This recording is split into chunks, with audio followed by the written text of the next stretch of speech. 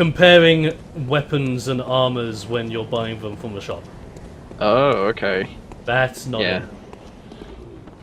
That's very much a handy thing to have.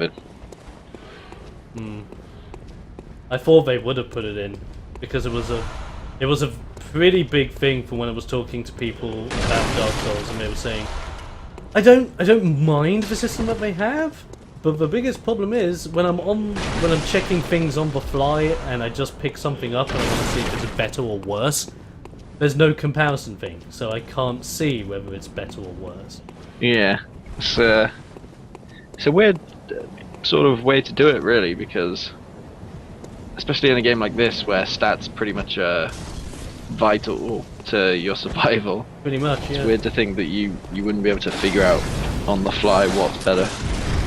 But I guess maybe that's to force you to at least try new stuff and figure out for yourself whether it works. Yeah, possibly. Oh god, Wolfie. Wolfie. One Wolfie. Let's party. Ooh! Molotov. And Molotov. Burn your face a bit. And I'm gonna stab him in the butt.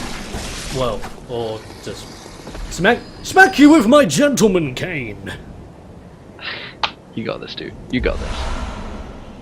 Oh, brilliant. Shrek them dogs. Shrek the dogs. Shrek the dogs with bells and canes. Na, na, na, na, na, na, na. Christmas themed songs in March. Oh man, I really hate hearing Christmassy things during not Christmas. It just makes me miss Christmas. Very true. I know those feels. Right, I can go right here and get some more shiny items, but I'm gonna go left here into this very dark house, which is why the torch is very handy.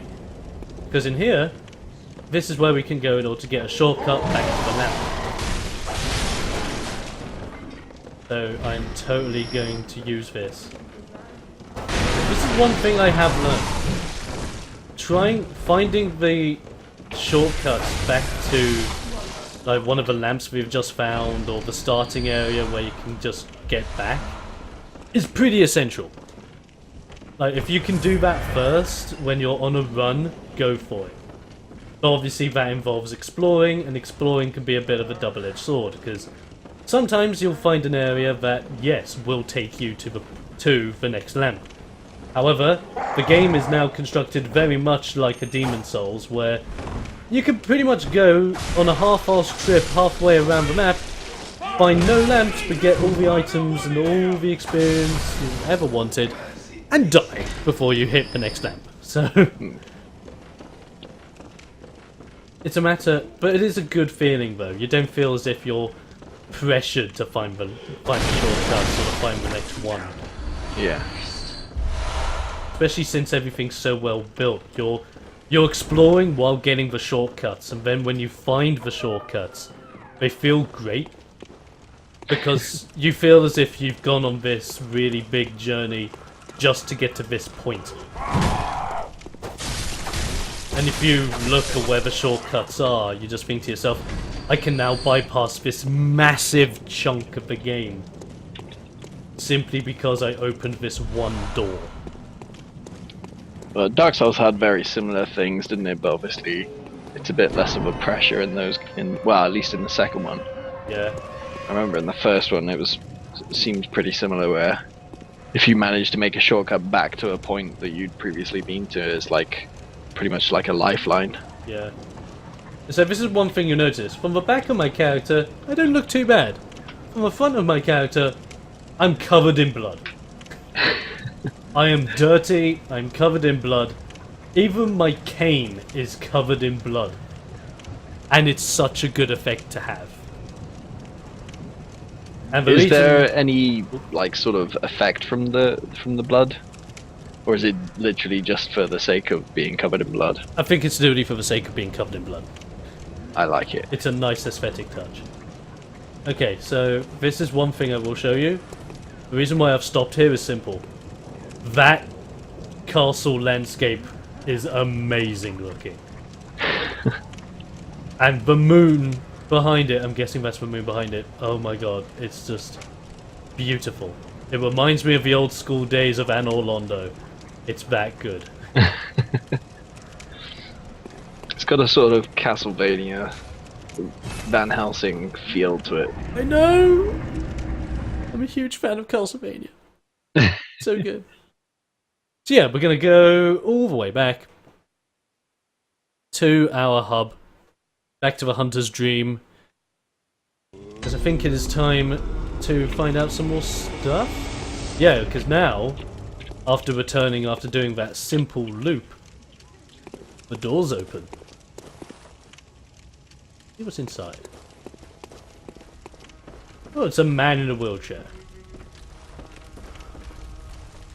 Aha! You must be the new hunter. So you still only died once, haven't you? Yes. Welcome to the hunter's dream. That's not too bad. Dying once so far is pretty nuts, actually.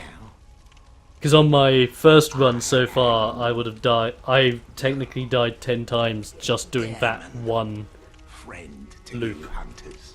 You're sure to be in a fine Simply Interesting to because of see the how it massive changes enemies. once you. Think too hard Yeah. about all of Be interesting to see how well you do once you get past the bit that you've already played, though. True, true. It's for your own. That's going to be the scary factor. You know, it's just what hunters do. You'll get used to it. Yeah, this is basically the character that explains more about the world in this game. He's a former hunter, This was once a safe and now haven for he's hunters. stuck in a wheelchair, bless him. He's only got one foot. Where hunters use And blood to he now enhance acts their as a guide to new flesh. hunters, helping them out and We explaining don't to have them as what many this place tools is. as we once did, This but place is basically a home for hunters and giving them the use chance whatever you to find. upgrade their stuff Even the dog and, should it well, basically improve themselves for the coming storm. Now, there is one thing he said in his dialogue, which you'll see in the subtitles, where he says, "Make yourself a home and use anything we have available, including the doll if you wish." Wait, what? Yeah. Making a reference that you can use the doll for whatever you would think of using it for. Oh. It sounds disgusting, but then you'll find out what he really means later on. Oh god, that sounds creepy either way. It's pretty freaking scary. Yes, now the blood shards that we got earlier, this is the only thing we can really do here so far, is work on our workshop. And in the workshop, we can fortify our weapons, making them better, more efficient, all that jazz. And because I have enough blood shards on me, I actually have 7. I have 7. Well, hey. Because I picked up 7 of these, I can upgrade my cane once and my blunderbuss once. So I'm gonna do just that. Done. Simple as. And now it's just basically upgraded both of them. And that's where you also notice the cane's more of a skill weapon rather than a strength weapon, which would make sense because whip. But yeah, that freaking doll. I just, oh, I can't even. I can't even. Yeah, let's have a. I'm freaked out just by what you're saying, and you haven't really said much at all about the doll apart from. I want to I'm leave it thinking- until you see it. Because it got me. As soon as I saw it, I was like, no, no, no, no, and no. So, we'll see if that's replicated later. Okay. So this is our little shopper messenger dude. He'll give you blood vials, quicksilver bullets, Molotov cocktails, and pebbles if you want to buy them. He'll also sell materials, which I haven't found yet, key items, which we don't have any of yet, weapons, obviously attire, not armor, because it gives you obviously defensive bonuses, but it's cloth. All the armor in this game is cloth. It's all about being suave. It is basically fashion, the video game at this point. What we can do here, we can actually buy the Yarnum Hunter gear, which is a better improvement to what we currently have. I don't think I have enough to get the whole set, but I'll gladly grab a couple of pieces just to help me out. Hope you enjoyed the show. Be sure to subscribe to VGU Gaming on YouTube for some more gaming action in the future. Or if you want to, also follow us on our twitch.tv channel in the description below, so that you can be automatically notified for when we go live on Twitch TV. Until next time, we'll be seeing you on the other side.